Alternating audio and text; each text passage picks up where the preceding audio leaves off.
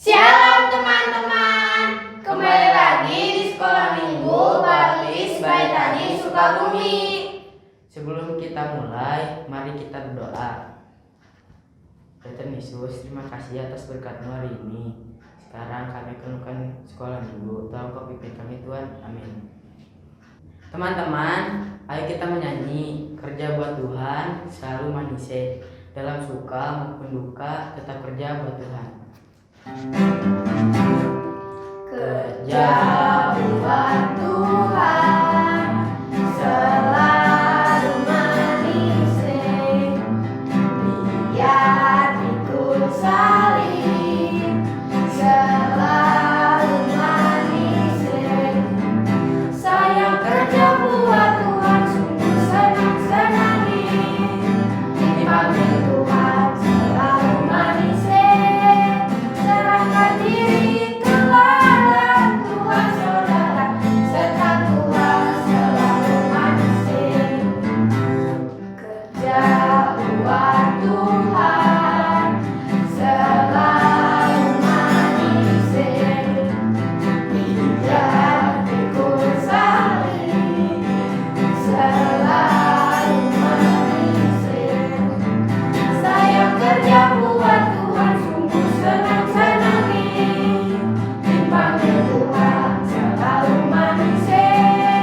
Serahkan diri ke ladang Tuhan saudara, serta Tuhan selalu manise. Teman-teman, yuk kita memuji Tuhan lagi dengan lagu Tanganku Kerja Buat Tuhan. Tanganku kerja buat Tuhan, mulutku memuji namanya, kakiku berjalan cari jiwa, upahku besar di surga. Tanganku kerja buat Tuhan, mulutku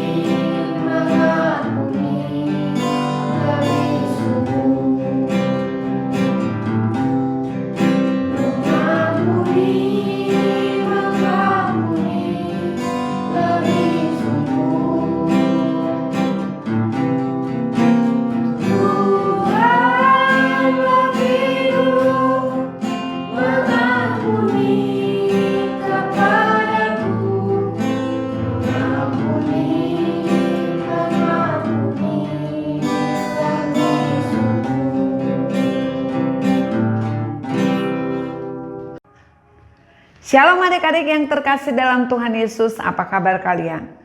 Tentunya kakak berdoa dan berharap kalian dalam keadaan sukacita dan dalam keadaan sehat. Dan sudah siap ya untuk sekolah minggu. Mari kita berdoa sebelum kita mendengarkan firman Tuhan.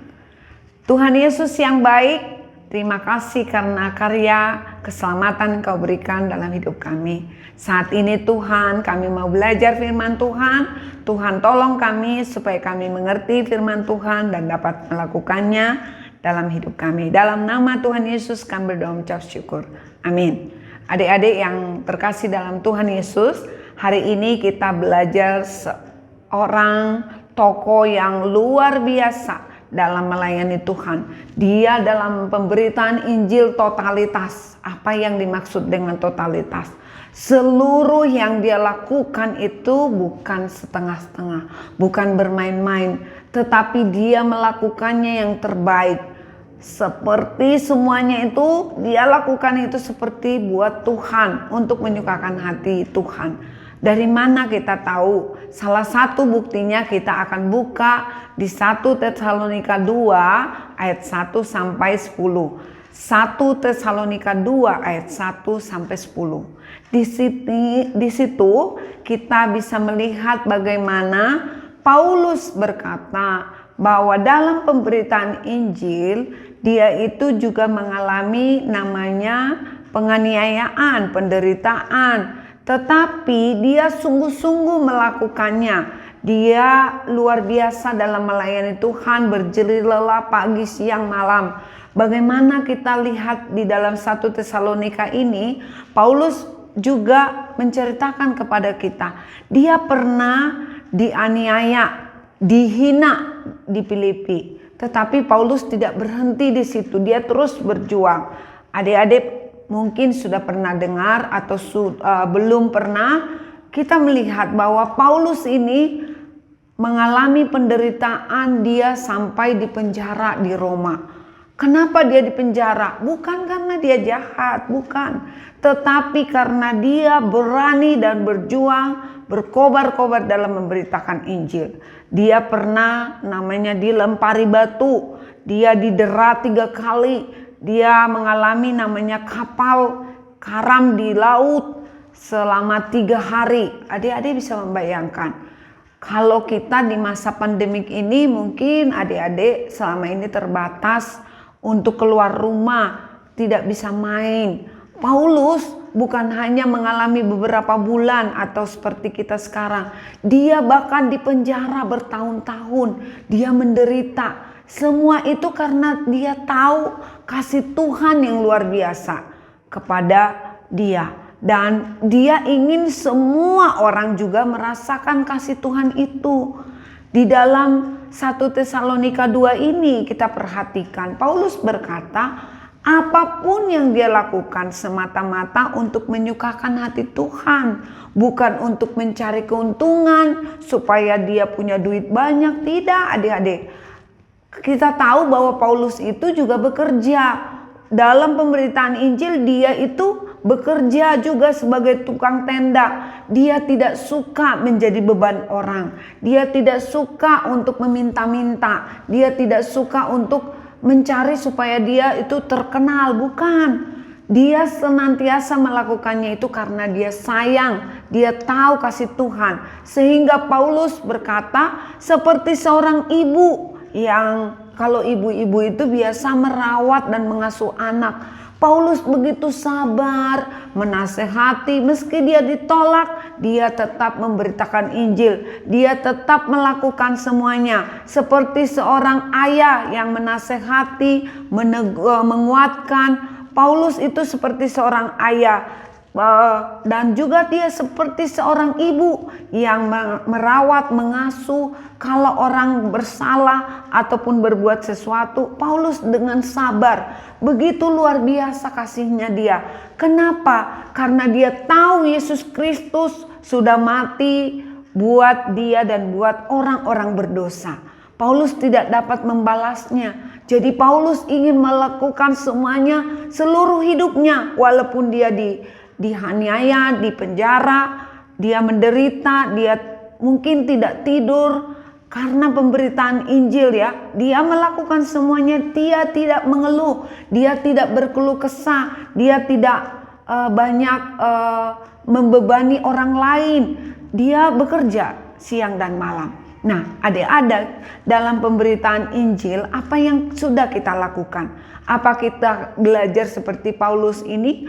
Mungkin adik-adik ataupun saya belum pernah ngalamin seperti Paulus, belum ada apa-apanya kita. Mungkin adik-adik belum pernah ditolak sama yang ada di penjara dalam pemberitaan Injil. Tetapi kita mau belajar dari semangat Paulus.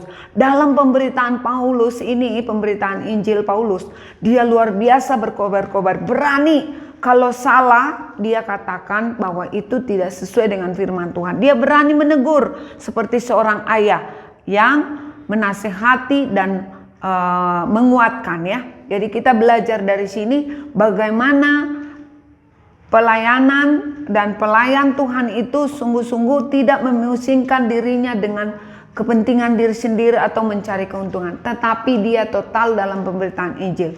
Kita mau belajar seperti Paulus yang tidak memikirkan kesenangannya. Adik-adik mau dalam kalian belajar masa-masa pandemik ini di online, apa yang kita bisa lakukan? Kita bisa membagikan kasih Tuhan melalui medsos kita. Kita bisa mendoakan orang lain yang sakit, yang perlu pertolongan, kita doakan. Kalau ada teman kita ataupun saudara atau keluarga yang mungkin melakukan kejahatan, kita ingatkan sesuai firman Tuhan supaya melayani Tuhan itu kita sungguh-sungguh dan Tuhan berkenan. Adik-adik mau kita belajar dari totalitas Paulus yang luar biasa menjadi contoh buat kita. Mari kita berdoa. Tuhan Yesus yang baik, kami bersyukur karena kami belajar dari firman Tuhan tentang Paulus yang begitu luar biasa dalam melayani Tuhan. Karena Paulus sudah merasakan luar biasanya kasih Tuhan terhadap hidupnya, terhadap kami semua juga. Bagaimana Paulus melakukan semuanya itu untuk menyenangkan hati Tuhan. Kami juga mau belajar Tuhan untuk menjadi pelaku firman Tuhan. Kami mau memberitakan Injil. Kami mau berani Tuhan seperti Paulus yang terus berkobar-kobar melayani di Tesalonika Tuhan. Kami belajar Tuhan supaya Engkau menolong kami boleh menjadi berkat bagi sesama kami, bagi keluarga. Untuk kami berani dan kami sungguh-sungguh tidak banyak mengeluh. Dan apapun yang kami lakukan Tuhan, kami ingin melakukannya buat Tuhan, bukan untuk diri kami sendiri, bukan untuk pujian dari orang lain. Terima kasih Tuhan Yesus, Engkau baik. Tolong kami meskipun kami terbatas dan masih anak-anak, tapi kami percaya Tuhan memberi kepada kami keberanian karena Roh Kudus yang menolong kami. Dalam nama Tuhan Yesus Kristus kami berdoa mengucap syukur. Amin. Teman-teman, kita sudah mendengarkan firman Tuhan. Dalam suka duka, kita akan tetap mengikut Tuhan Yesus.